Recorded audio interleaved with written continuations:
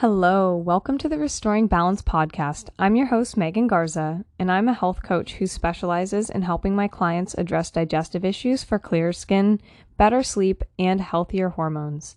In today's episode, I'm going to be discussing the importance of healthy relationships, community, and how we're being programmed to believe that community and social connection is not important.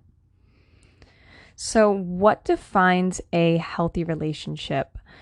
Just a quick little rundown of what I feel a healthy relationship is, and that is someone who respects you and your differences, the fact that you feel comfortable around them, they encourage you to be yourself and to go after your goals, you don't feel confused about where the relationship is going, you communicate even when it's difficult, they show interest in you and what you're doing, also listening, willingness to forgive, mutual responsibility taking, and communication of needs. So clearly this is not an exhaustive list of what it is to have a healthy relationship. And I'm not just talking about intimate relationship of husband and wife, boyfriend, girlfriend, whatever you want to call it. I mean relationships as a whole. So maybe your friendships with someone else or your relationship with your parents. A healthy relationship is important for all different types of relationships, not just marital or, partner. Now, what defines an unhealthy relationship? So this would be something like emotionally manipulative, name calling, swearing at, nitpicking, micromanaging, controlling, being abusive, having unrealistic expectations, them not respecting your boundaries, or you not respecting their boundaries also. Threatening relationships when you're upset. They put you down. You can't be honest with them. It can never be your way, and you can't tell them how you really feel. So, of course, there's a lot more red flags to an unhealthy relationship than just that, but that's kind of what I put together and what I feel would make an unhealthy relationship and what I would ultimately not look for in a relationship with someone and really push that away. Relationships are really important because they give you that sense of connection. So, you've got your grandparents, your parents, your auntie, your boyfriend, girlfriend, sister, cousin, besties, all these people who keep you going, and you need this connection to keep you strong and happy. So it gives you a sense of purpose, and humans are naturally social creatures. We are not naturally reclusive. I mean, some people are more introverted than others, me being one of those people, but for the most part, we do need to rely on each other. We can't just be by ourselves all the time. That social isolation has been proven to be extremely harmful to your health. So especially back in the day, tribes and villages, it was imperative for survival, because if you were on your own, chances of dying in the cold or the harsh elements was very slim. You might not have all the resources to go out and gather the wood for the fire and also build your tent and hunt the food and pick the berries. You needed a team of people to keep you alive. And that's not so much true today because we have cars and we have transportation and other means of getting all of these basic living necessities, but the emotional aspect hasn't changed since that time. So, there's a lot that's changed since caveman time, but the emotional aspect of that connection definitely has not. So bonding and feeling like you belong and you fit in and having someone to connect with and talk things over, that's always going to be the same. And now jump forward to 2021 and things look completely different than when we lived in stone huts. So now we have cell phones and fast-paced lives and texting. And I really feel like the phones have set us back in a lot of ways. We don't have that strong social connection and the ability to really connect with people on a deeper level. And I'm not saying that's everyone and that's how it's always going to be, because of course there's always exceptions to the rules, but a vast majority of people just, they cannot get their head out of their phones. And texting is like their go-to, and making a phone call is nerve-wracking, and like that's horrible. Why is making a phone call nerve-wracking? Like, you don't want to hear that person's voice? I mean, of course, if it's like for like an interview or something important like that, then of course you're going to be nervous. But if you're making a phone call to grandma, why are you nervous about that? Say hi to grandma. And since we're on the phone, I mean, you're probably listening to this on the phone. Since we are on the topic of phones, I definitely want to bring in dating and marriage into this scene, because I feel like this is something that has been really detrimental and harmful to many people's marriages, because of the fact that there's so much cheating going on nowadays. And that's really sad, because marriage is very sacred and people don't see it as such. And, you know, I understand that we can get into the debate of, oh, well, marriage isn't really sacred. It's because women are just property. And there's a lot of history into this. And, you know, yes, the father does have to sign the daughter off to the man or the woman that she's getting married to. But that's not what I'm getting into. I just mean in a sense of the unity and the union between those two people who are getting married. So between social media and dating apps, there's just an endless sea of potential mates online to hook up with. And especially with hookup culture and one night stands, it's just a recipe for disaster. It's so easy for someone to ruin their marriage now. It's not even funny. All someone has to do is just download an app, and with the swipe of their finger, boom, marriage is over. And it really is that easy for somebody to do it. You know, I've known so many people who are just, they've ruined their entire marriage because they couldn't resist that temptation. And I don't think that we're heading in the right direction with relationships. Because for me, I saw both of my parents stay together and always make things work out. And I'm very fortunate to have experienced that, because I know that not a lot of people can say the same. And, you know, if you get two parents raising you who, you know, they have a broken marriage or they've split up or some kind of, their unity is not happy and harmonious, that's going to spill over onto the children. And, you know, if you see your parents cheating or lying to each other or fighting, that is probably going to spill over into your relationships as well.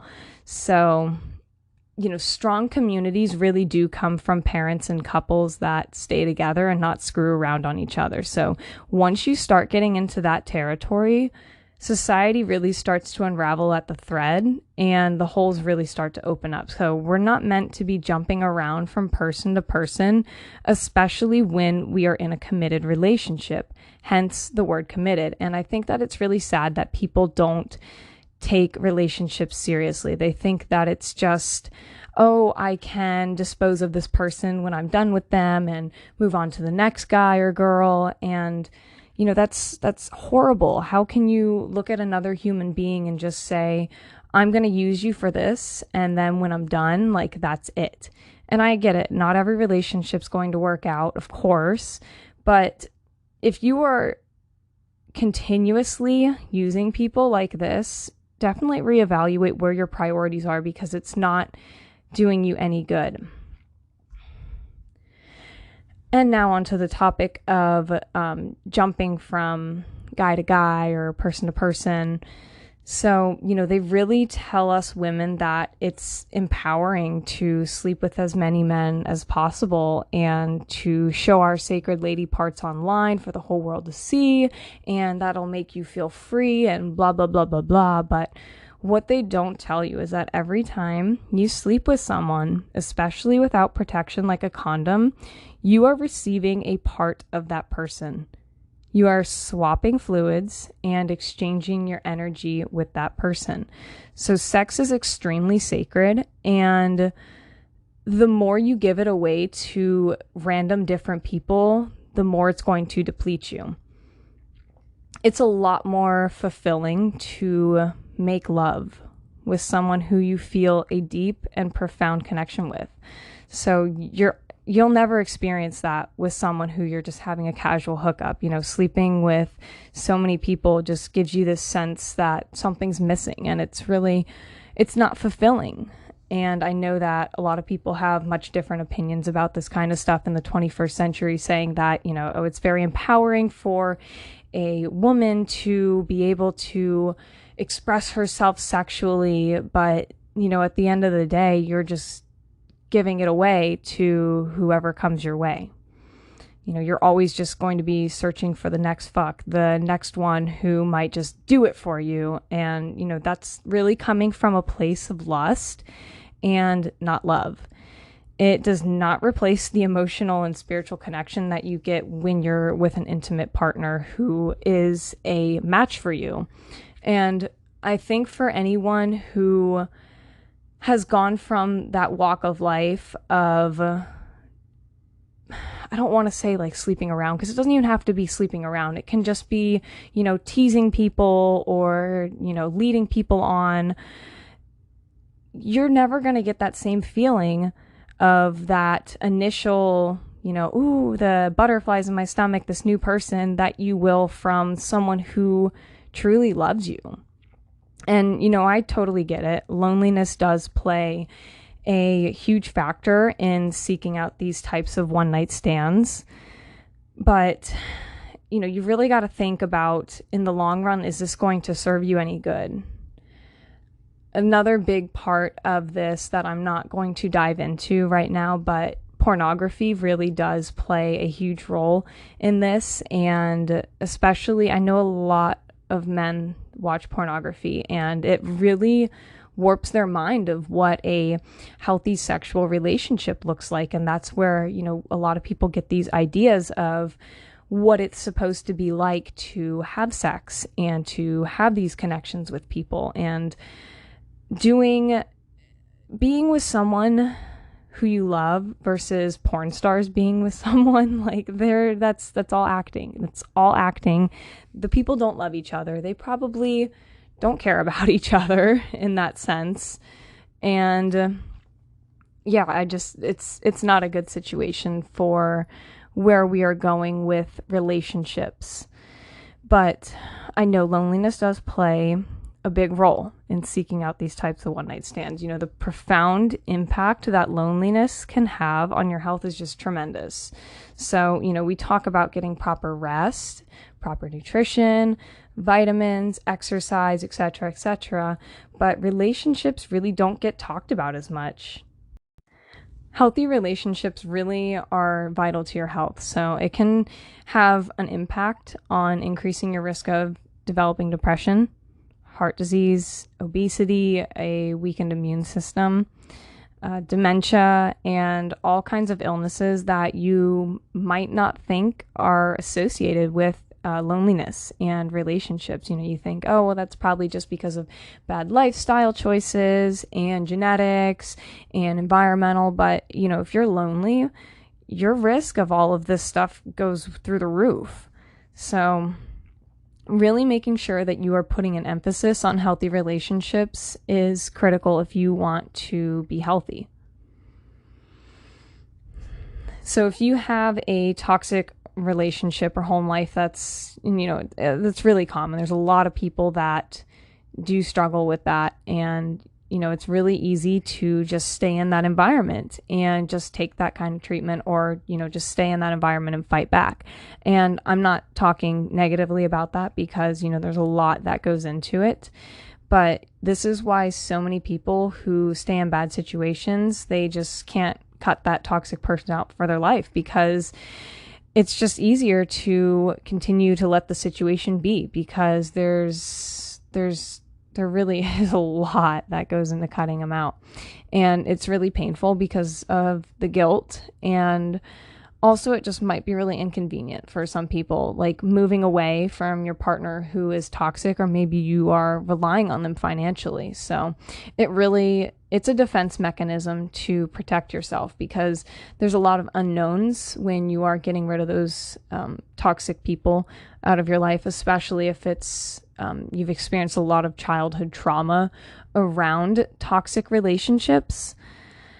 So, when you get older, you kind of start to identify those toxic behaviors that people are showing you as just normal. So sometimes people will just justify it and say, well, this is how I've always been treated, so that's going to continue to be the same way.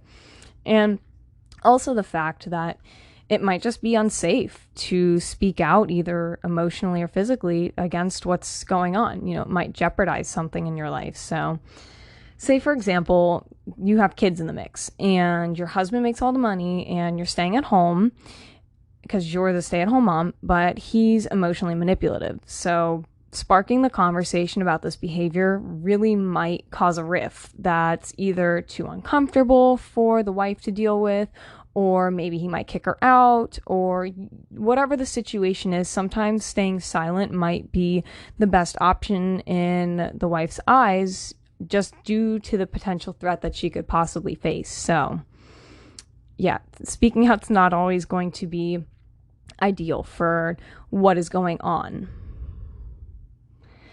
But just because it's scary and staying in that situation might keep the storm at bay, it does not fix the problem long term. So not saying to approach the abusive spouse or parent or friend, especially if that puts you in danger, but I'm saying working on getting out of that situation and being very strategic about it. That's very critical, or at least going to therapy if that person is going to be open to changing their behavior and really talking it out in a non-judgmental and safe way. Because if nothing changes, nothing changes. And I know a lot of people are extremely lonely, and it really does show in how people treat each other, because, you see all these videos and people are just so hateful and fearful, and just they have the lack of desire just to be around another. And it's so sad, because I talk to my grandparents and they always tell me, back in the 50s, people were so nice. They would just come over and see if you were okay and ask if you needed anything and cook you a meal if you needed to. And I'm just like, wow, that is so sad that we don't have that sense of togetherness anymore. And, we've really been going downhill, especially after 9/11. Everything really did change, and things have really gotten a lot worse with the sense of community, and people just don't seem to want to be together anymore. We seem to think that we can just do everything on our own, and we are independent because we have our cars and the internet and our phones and our own money. And, that doesn't take away from the fact that we still need each other. But we really need to start being a lot kinder and more loving to each other, because it's hard in the 21st century just because of the hate and the toxicity propelled by the media. So they've really pinned us against each other, whether it be white versus black, or Democrat versus Republican, or pro-life versus pro-choice. Like, just let go of all of that stuff. Let go of it, and you'll see that we're really not that different. The only reason why we focus so much on the differences is because the differences stand out more than our similarities, but we have more similarities than differences.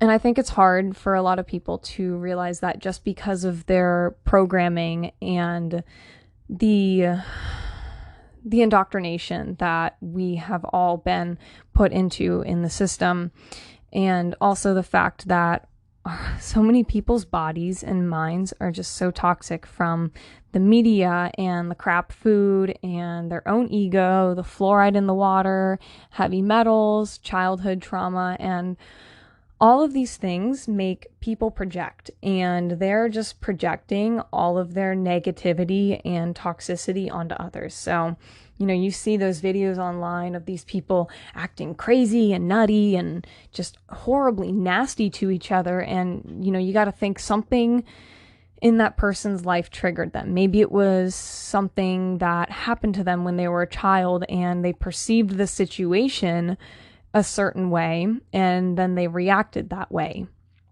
And by not having a sense of community, what else do you have? Like, where else are you going to go? Without a strong community, then, you get more crime, people not working together. And when people aren't working together and when everyone's afraid of each other and hateful, this ultimately leads to the government having way too much power and just taking over. And, you see a lot of communist countries and they don't want you to have a strong community or close relationships with your family or friends or religion. And, at the end of the day, that's what all of this has been about. They want us separate. They want us fearful. They want us hateful of each other. And, they won't let us ever go back to normal. They want us to be enslaved and comply with their every command. And, just me saying this, I risk getting deplatformed because it goes against the narrative. And, we live in a time where our freedom of speech is really being threatened. And if you're not afraid of your freedom of speech being taken away from you, you need to wake up and realize what is going on, because this is scary stuff. And I will speak my truth and speak up for what is right and just. And if someone doesn't like what I have to say, okay, don't listen, go move on. There's plenty of people who want to hear this. And I'm not saying that to be arrogant, but to simply say that everyone has different opinions, and it's okay if you don't like what someone has to say. Like, you don't have to take it off the internet and cancel everything. Like, seriously, you can just move on. It's not the end of the world. And, they really do know that people are catching on to their game and they're getting worried. And that's why they're silencing our voices. That's why they are censoring everything. And big tech really has so much power over our lives and privacy. And if you don't comply, deplatform. Just look into China's social credit system. So, it's coming your way if we don't stand up for our rights and liberties. And if they don't like what you have to say, well, you just lose certain privileges, like getting your paycheck through PayPal or going to the supermarket or using public transport. And I know that I'm getting off topic, but I'm sure if you've been paying attention, even just a little bit, to what's been going on, you completely understand my concern about the New World Order and what they're trying to carry out, because this is really serious shit. And I think that we need to bring more awareness to this. And, maybe this podcast is going to be taken off the internet. Who knows? Who knows anymore?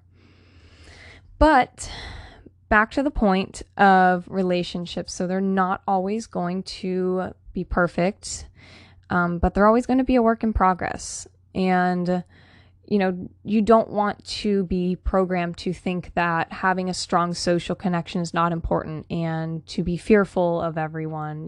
That's not normal, to be afraid of everything and people. And, there's always going to be something scary happening in the world with any kinds of viruses or pandemics. And, at the end of the day, we all just have to do our best to take care of ourselves and to just stick together.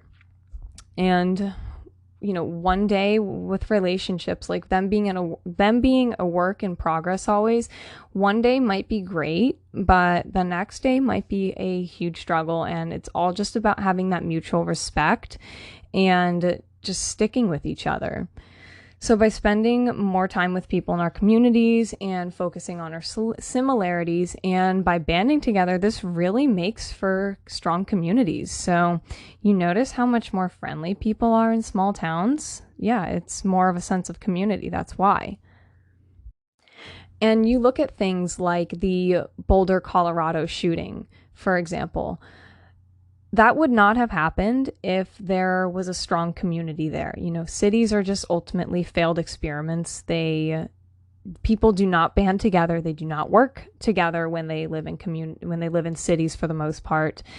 But if you went into a small town in rural Louisiana, someone pulls a gun out, that dude's going to be dead before he even tries to draw it on someone, because people there look out for each other. And in these big cities, people really don't give a shit about each other. They think, oh, well, it's just about me. So I'm going to make sure I get out of here alive and I don't have to protect other people. But when all those people in that town, you say, hey, that's Susie Q, and that's Betty Joe, and this is Uncle whoever. It's the people, and you would want to protect them. So that's really where the sense of community comes from. It's super important to have that sense of community, because you like I said, you go up into a small town and you try to shoot it, ain't no one in that bitch gonna let you do that. I can almost guarantee you that you are going to get lit up before you light anyone else up. So community is super, super, super important. And banding together is really what it's all about. Because, loneliness is such a huge problem. And if we don't do something about it, we're all going to be in trouble. We're going to start seeing even more and more of these things. And it's already to the point where, these shootings are so frequent, but if we all just had a stronger community and we actually took our health seriously and locked up a lot of these crazy people. I know there's a lot more to it about the shootings than this, but, just loneliness. Like, so many people are just so lonely, and none of this stronger together when we're apart crap. Like, no, we need to kindle strong relationships, not over the phone, not over Zoom, but through actual in-person social connection with hugs and kisses. We need to be there for each other and put each other first. A strong community makes strong individuals. These are all forms of nourishment that help you heal and help you stay sane. So, there you have it. Community and healthy relationships are just as important for your health as is sleeping well and eating right. And that about wraps it up for today. So until next time, if you have any questions or comments, my Instagram is Megan Garza Wellness. If you like the podcast, let me know. Topic suggestions are always welcome, so feel free to send me a DM on my Instagram or send me a message through my website for one.